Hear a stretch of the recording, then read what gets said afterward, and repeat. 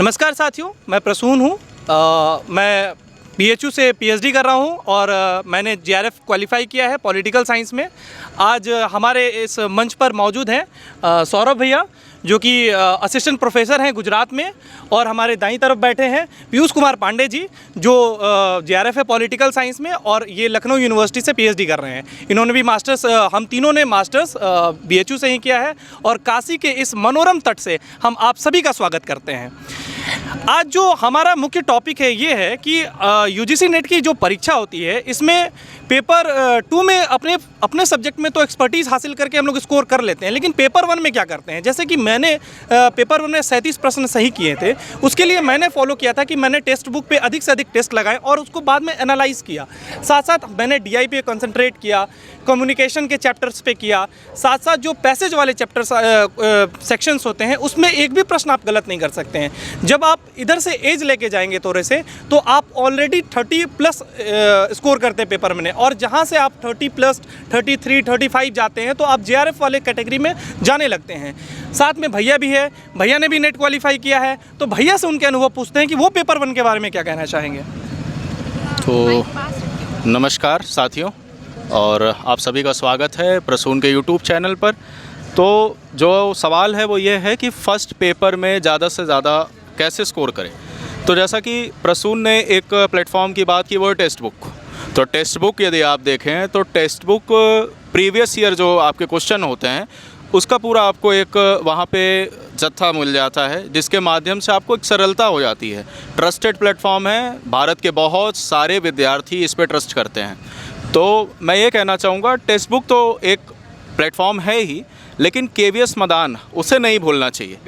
KVS मैदान में यदि आप देखें तो मेरे हिसाब से जो चैप्टर्स मैं पढ़ता हूँ, जैसे आईसीटी, उसके बाद पीपल एंड एनवायरनमेंट अमूमन लोग 2 से 3 सवाल सही करते हैं, लेकिन जो केवीएस मैदान अच्छे से पढ़ता है वो व्यक्ति बड़े आराम से इसमें मैं मानता हूँ कि 4 सवाल सही कर सकता है, कई बार 5 भी सही होते हैं।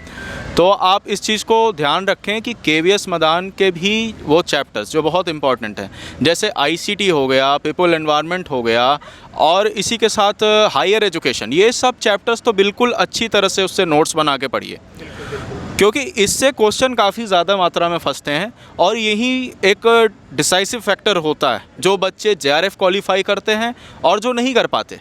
जैसा इन्होंने बताया कि एक रेंज दी इन्होंने, मेरे हिसाब से 32 का स्कोर एक डिसेंट मार्क है, और उसके ऊपर आप जितना चले जाएँ, 40 के पास तक जाएँ, 37 जैसा इन्होंने स्कोर किया, तो ये एक बहुत एपिटोम है, समझ जाइए फर्स्ट पेपर के लिए। तो ये बेस्ट स्कोर है 37, क्योंकि आज तक मैंने जितने भी छात्रों से मुलाकात की 35, 36 ये स्कोर गया, 37 मैंने नहीं सुना अब तक।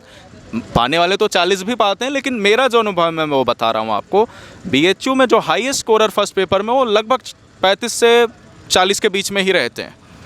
तो मेरा यही मानना है कि आप टेक्स्ट बुक से ज़्यादा सवाल लगाइए, और उसके साथ साथ आप केवीएस मैदान ज़रूर पढ़िए। कुछ यूट्यूब चैनल हैं जैसे कुमार भरत के हैं, तो उससे आप रिवीजन के टाइम में उनकी रिवीजन सीरीज़ देख सकते हैं। टू द पॉइंट होती है, और उसमें जो है कि आपको बहुत इधर उधर की बातें नहीं मिलेंगी। ऐसे और भी काफ़ी सारे प्लेटफॉर्म हैं, यूट्यूब चैनल्स हैं, और भी काफ़ी प्लेटफॉर्म्स होंगे जो ट्रस्टेड हैं। वो आपके ऊपर निर्भर करता है कि आप किस पे रिलाई करते हैं, किस पे विश्वास करते हैं।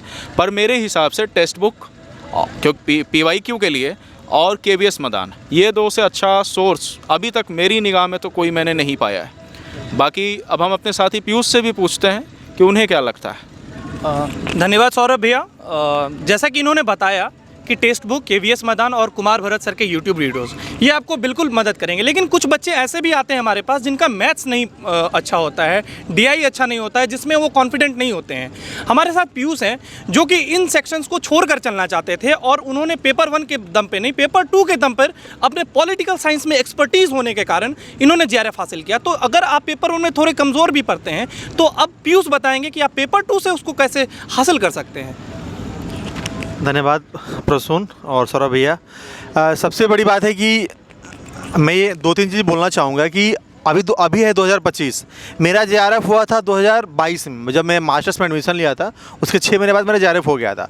तो 2022 में और 2025 में बहुत ज़्यादा डिफरेंस है, क्योंकि अभी पेपर 2 में मैक्सिमम बच्चे मार्क्स उठा रहे हैं। तो मैं नहीं कह सकता कि पेपर 2 में आप बहुत ज़्यादा उठा सकते हो, क्योंकि 80 अभी नॉर्मल हो गया है। अब 80 मार्क्स जो है मेरे आसपास बहुत सारे बच्चे उठाते हैं। सबसे बड़ा फैक्टर अभी JRF के लिए हो गया है पेपर 1।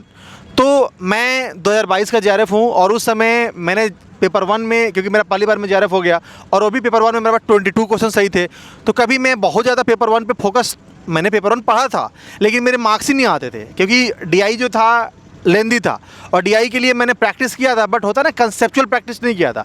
मैं DI को बस PYQ के फॉर्मेट में करता था, लेकिन काश में कंसेप्ट को क्लियर कर लेता तो मेरे को DI भी मेरे अच्छे खासे सही हो जाते और शायद मेरे स्कोर काफ़ी अच्छे होते। टचवुड मेरा JRF हो गया। मैं 2-3 चीज़ पेपर 1 के बारे में बोलना चाहूँगा जो मैंने करा था। आपको 2-3 सेक्शन काफ़ी आप इजीली कर सकते हो, जैसे कि आप इन्वायरमेंट ने भैया बोले इन्वायरमेंट के बारे में।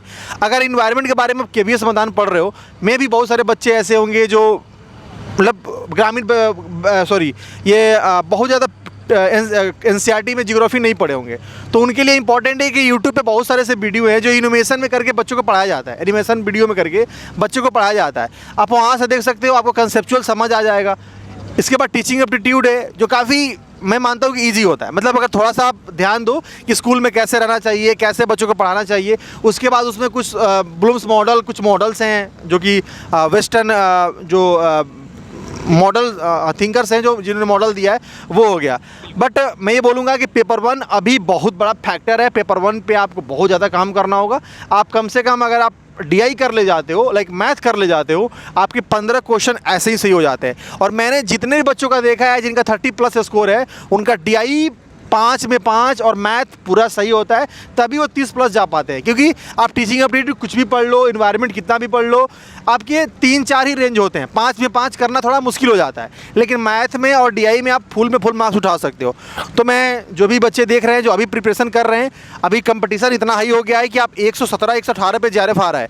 जब मैं JRF दिया था 102-103 पे JRF होता था। तो ये जो 17 नंबर का गैप है, ये पेपर 2 से आप फुलफिल नहीं कर सकते हो, क्योंकि पेपर 2 में 78-79 आसानी से आ रहा है, बट हमारे समय 79 स्कोर बहुत बड़ा स्कोर होता था। तो कहीं ना कहीं आपको पेपर 1 में फोकस करना होगा।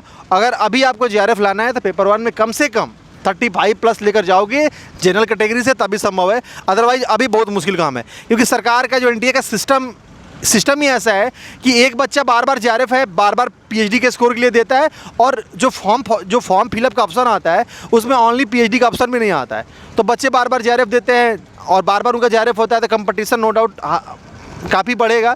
लेकिन आपको अपनी मेहनत पर भरोसा रखना चाहिए और पेपर 1 को थोड़ा सा ज़्यादा मेहनत करना चाहिए, क्योंकि पेपर 2 में आप बहुत बड़ा स्कोर खड़ा नहीं कर सकते हो। पेपर 1 पे फोकस करो और बाकी प्रसून से आप जुड़े रहिए। प्रसून जी पेपर 2 भी कराएंगे और इनकी जो फैकल्टी है पेपर 1 में पढ़ाएगी बहुत जल्द आप लोगों को। धन्यवाद पीयूष भाई। तो आपने जाना कि 3 अलग अलग समय के नेट और JRF और जो दो अलग अलग स्ट्रीम के बच्चे हैं वो हमारे साथ आए हैं। सभी अपने अपने करियर में आगे बढ़ रहे हैं एकेडमिक्स की ओर।